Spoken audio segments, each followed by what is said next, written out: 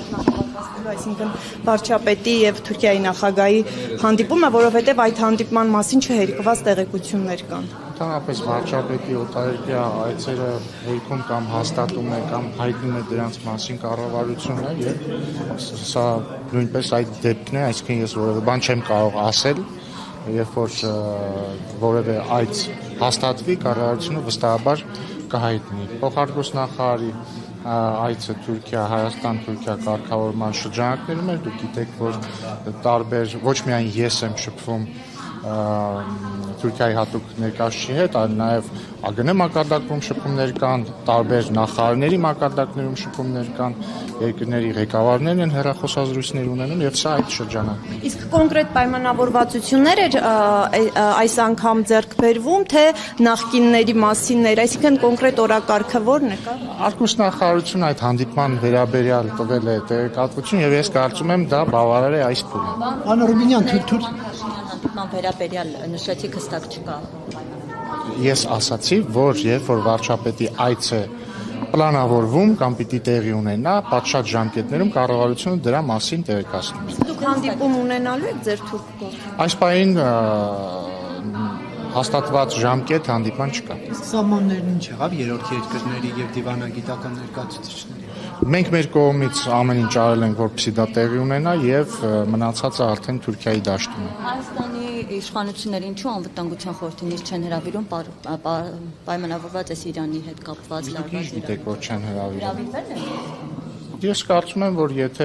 կառավարությունը ընդհանրապես տարբեր ֆորմատներ ունի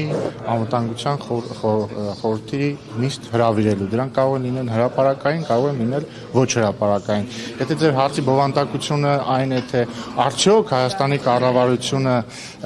տվյալ իրավիճակից բխող ռիսկերը գնահատում է, ունի տարբեր սցենարներ, այո, այո։ Դերգական հայտ է, այսինքն մեր հարևան ինչպիսի սպառնալիքներ կարող են լինել ձեր կարծիքով։ Տեսեք, երբ որ մի երկրի հարևան երկրում ռազմական գործողություններ են, դա ինքնին արդեն սպառնալիքի տարածաշրջանային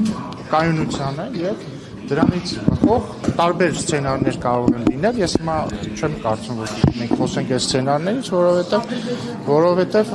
իմաստ չունի հիմա սպեկուլյացիաներ անել, բայց կառավարությունը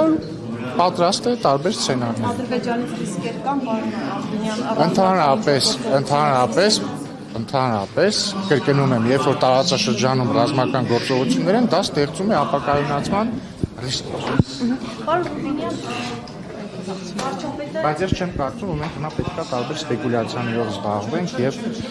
ասենք այսինչը կլինի կամ այնինչը կլինի, նկատի ունեմ հանրային խոսույթը։ Վարչապետը երկու շաբաթ անունի մեջ խոսեց կաթողիկոսի Կայցնատես թեման վերջացնենք նոր էլի։ Խնդրեմ։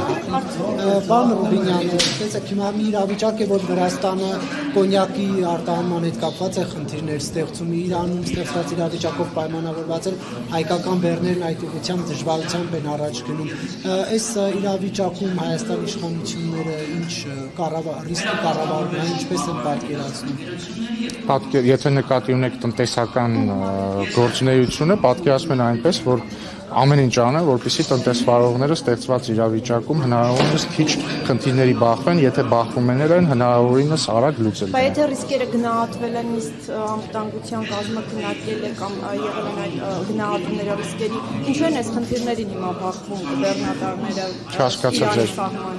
Նկատի ունեմ, եթե այդ ռիսկերի գնահատումը արվում է տարածաշրջանում այս իրավիճակում պայմանավորված, հիմա ինչու են խնդիրների առաջ ընտեղ վարորդները, հայ-իրանական սահմանը։ Հարգելի շողիկ, Իրանում ռազմական գործողություններ են։ Այդ եմ հարցնում էլ, եթե ռիսկերը գնահատվում են, այդ ռիսկերը հնարավոր։ Ռիսկ գնահատելը չի նշանակում, որ ռիսկը վերացավ։ Ռիսկ գնահատելը նշանակում է, որ դրանից բխող խնդիրները կառավարում ես, հնարավորության դեպքում լուծում ես, եթե չես լուծում, ստեղծում ես այլընտրանք եւ այլն։ Հիմա այստեղ այլընտրանքը ո՞րն է լինելու այդ խնդրի հետ կապված։ Ո՞ր խնդրի։ Բեռնատարների, որ կանգնած են այնտեղ բան։ Որտեղ։ Հայ-իրանական սահմանը։ Հայ-իրանական սահմանը հիմա բեռնատարները չեն ասում։ Հազանգում են վարորդները։ Խնդրում եմ ինձ հետո հստակ տեղեկություն տվեք այդ առումով պատասխանեմ, որտեղ ես դրանից տեղեկացված չեմ։